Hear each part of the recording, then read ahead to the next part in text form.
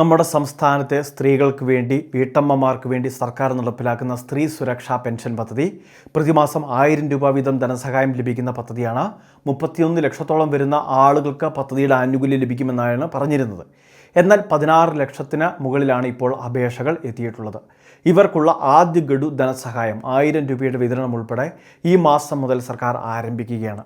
അവർ കൊടുത്തിട്ടുള്ള ബാങ്ക് അക്കൗണ്ടിലേക്ക് ധനസഹായം എത്തിച്ചേരുന്നതാണ്. അപ്പോൾ അപേക്ഷ വെച്ചവരെല്ലാം തീർച്ചയായിട്ടും ഈ കാര്യങ്ങൾ ശ്രദ്ധിക്കുക. ഇനി അപേക്ഷ വെക്കാനുള്ളവരുണ്ടെങ്കിൽ എത്രയും വേഗം അപേക്ഷകൾ സമർപ്പിക്കുക. ആനുകൂല്യങ്ങൾ മുടങ്ങാതെ വാങ്ങുന്നതിന് വേണ്ടി ശ്രദ്ധിക്കേണ്ടതാണ്.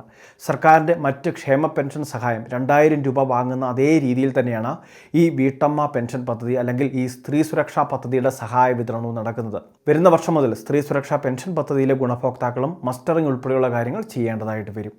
35നും 60 വയസ്സിനും ഇടയിൽ പ്രായമുള്ള BPL AY റേഷൻ കാർഡിലുള്ളവർക്കാണ് അപേക്ഷ വെക്കാൻ സാധിക്കുന്നത്.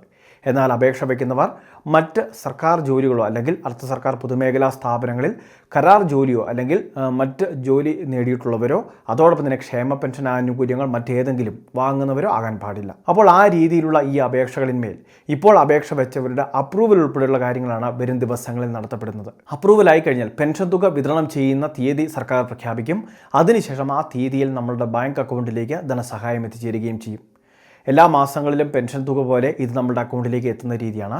അതുകൊണ്ട് തന്നെ പെൻഷൻ ലഭിക്കുന്ന അതേ രീതിയിൽ എല്ലാ മാസങ്ങളുടെയും അവസാന ആഴ്ചകളിലായിരിക്കും സഹായം എത്തിച്ചേരുക. ഇനി അതോടൊപ്പം തന്നെ നവംബറിൽ പദ്ധതി പ്രഖ്യാപിച്ചതാണ്. അങ്ങനെ വരുമ്പോഴേക്കും ഇത്രയും മാസങ്ങൾ, അതായത് ഡിസംബർ, ജനുവരി ഉൾപ്പെടെയുള്ള മാസങ്ങളിൽ സഹായം ലഭിക്കുമോ എന്ന് ഒരുപാട് ആളുകൾ ചോദിച്ചിരുന്നു.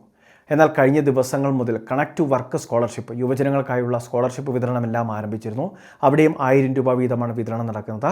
പക്ഷേ അതും മുൻകൂർ പ്രഖ്യാപിച്ചിരുന്ന പദ്ധതിയാണ് എങ്കിൽ പോലും അപേക്ഷ വെച്ചവരുടെ അപ്രൂവലായ മാസം മുതലാണ് തുക വിതരണം നടക്കുന്നത്.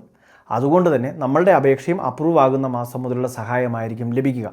അതുകൊണ്ട് തന്നെ കുടിശ്ശിക കാര്യങ്ങളൊന്നും ഇല്ല എന്നൊരു കാര്യം പ്രത്യേകം ശ്രദ്ധിക്കണം.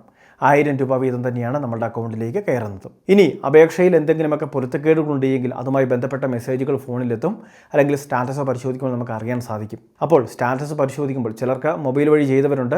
ഇനി മറ്റു ചിലരെല്ലാം ഓൺലൈൻ സർവീസ് സെൻ്ററുകളിൽ പോയാണ് ചെയ്തിട്ടുള്ളത്. അപ്പോൾ അങ്ങനെയുള്ളവരുടെ കാര്യങ്ങൾ ഓൺലൈൻ സർവീസ് സെൻ്ററിൽ ഒന്ന് അന്വേഷിക്കുക. വിളിച്ചന്വേഷിച്ചാൽ മതി. അവർ നമ്മുടെ സ്റ്റാറ്റസ് ഏത് തരത്തിലാണ് എന്ന് നമ്മളോട് പറയുന്നതായിരിക്കും. അപ്പോൾ ഈ കാര്യങ്ങൾ തീർച്ചയായിട്ടും എല്ലാവരും ഒന്ന് ശ്രദ്ധിക്കുക. സർക്കാരിൻ്റെ സ്ത്രീ സുരക്ഷാ പെൻഷൻ പദ്ധതിയുടെ ധനസഹായ വിതരണവും ഈ മാസം മുതൽ ആരംഭിക്കുകയാണ്. 3800 കോടിയോളം രൂപയാണ് ഇപ്പോൾ ഇതിനുവേണ്ടി തന്നെ അനുവദിച്ചിട്ടുള്ളത്. ഇതൊക്കെ പൂർണ്ണമായിട്ടും ഈ പെൻഷൻ പദ്ധതിക്ക് വേണ്ടിയായിരിക്കും വിനിയോഗിക്കുക.